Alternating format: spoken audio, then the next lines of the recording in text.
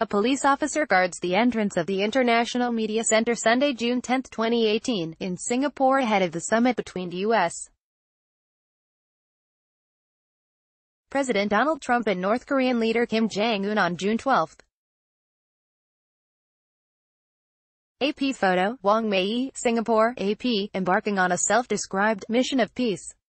President Donald Trump puts his seat-of-the-pants foreign policy to its toughest test yet as he attempts this week to personally broker an end to North Korea's nuclear program in talks with Kim Jong-un. The impulsive American president, who just this weekend sowed chaos within the Western alliance, is set to face his match on the global stage as he prepares to meet Kim in Singapore on Tuesday. In the historic first meeting between the leaders of the technically still warring nations, Trump is prioritizing instinct over planning. Unlike traditional summits between heads of state, where most of the work is completed in advance, U.S. officials say the only thing certain ahead of these talks will be their unpredictability. Ever since Trump shocked allies, White House officials and, by some accounts, the North Koreans themselves when he accepted Kim's March invitation for a meeting, the two leaders have lurched toward an uncertain encounter that could affect millions. It's unknown territory in the truest sense, but I really feel confident, Trump told reporters Saturday. I feel that Kim Jong-un wants to do something great for his people and he has that opportunity and he won't have that opportunity again.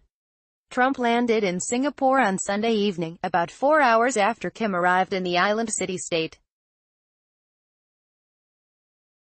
The two are scheduled to meet for the first time Tuesday morning. Trump's engagement with Kim fulfills the North Korean ruling family's long unrequited yearning for international legitimacy, itself a substantial concession after more than a generation of U.S. efforts to isolate the country on the global stage. It's never been done before, Trump said. And obviously, what has been done before hasn't worked.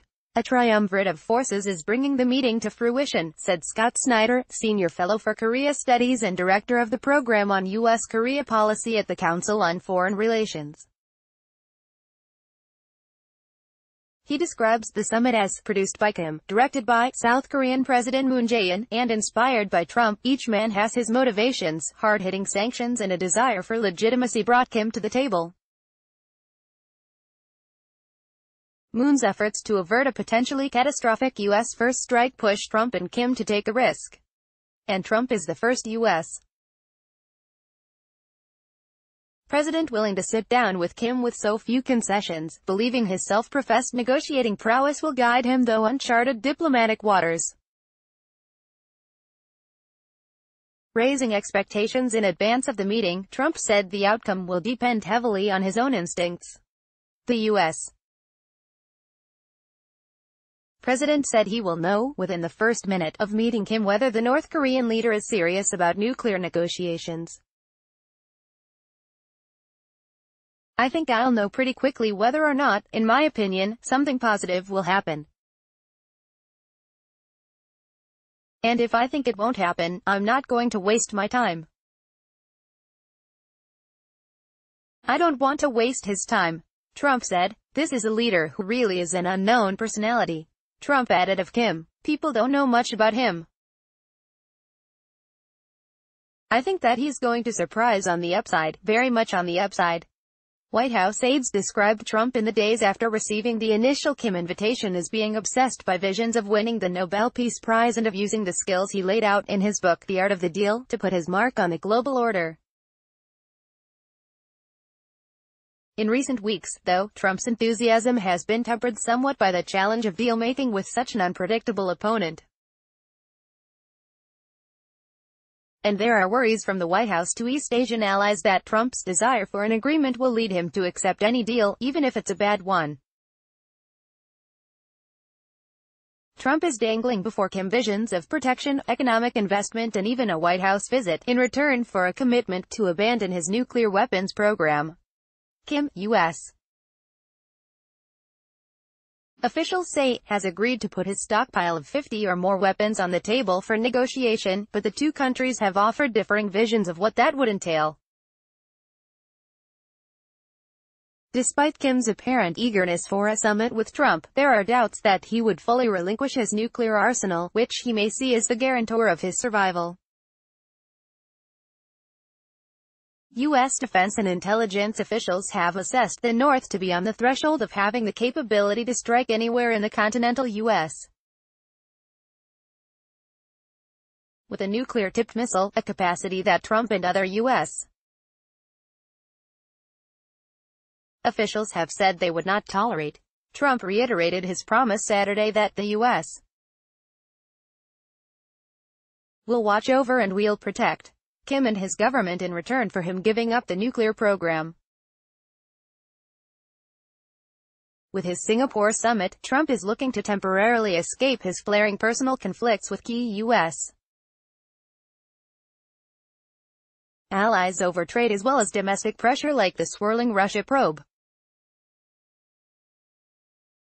Acutely aware of his coverage in the media, Trump has enjoyed how the impending North Korea summit has overshadowed some of the more negative coverage of his tumultuous White House. Still, Trump's team has not always been on the same page, with Secretary of State Mike Pompeo, who has been leading the administration's efforts, more supportive, while the hawkish National Security Advisor John Bolton has been more skeptical.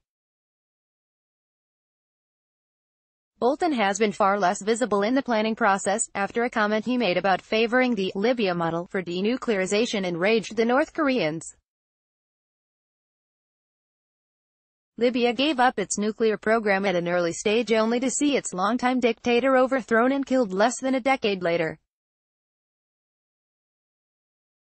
En route to Singapore, Trump left behind a trail of diplomatic wreckage as he exited the annual Group of Seven summit Saturday in Quebec, highlighting the extent to which he increasingly keeps his own counsel, eschewing the cautionary advice of aides and confident in his ability to single-handedly attempt to redraw the global order.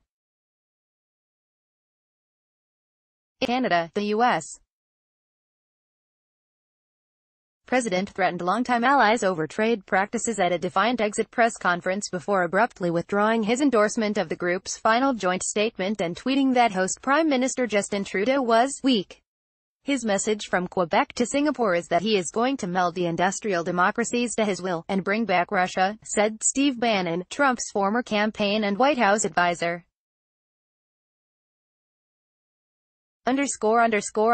Lucy reported from Sada Bay, Greece.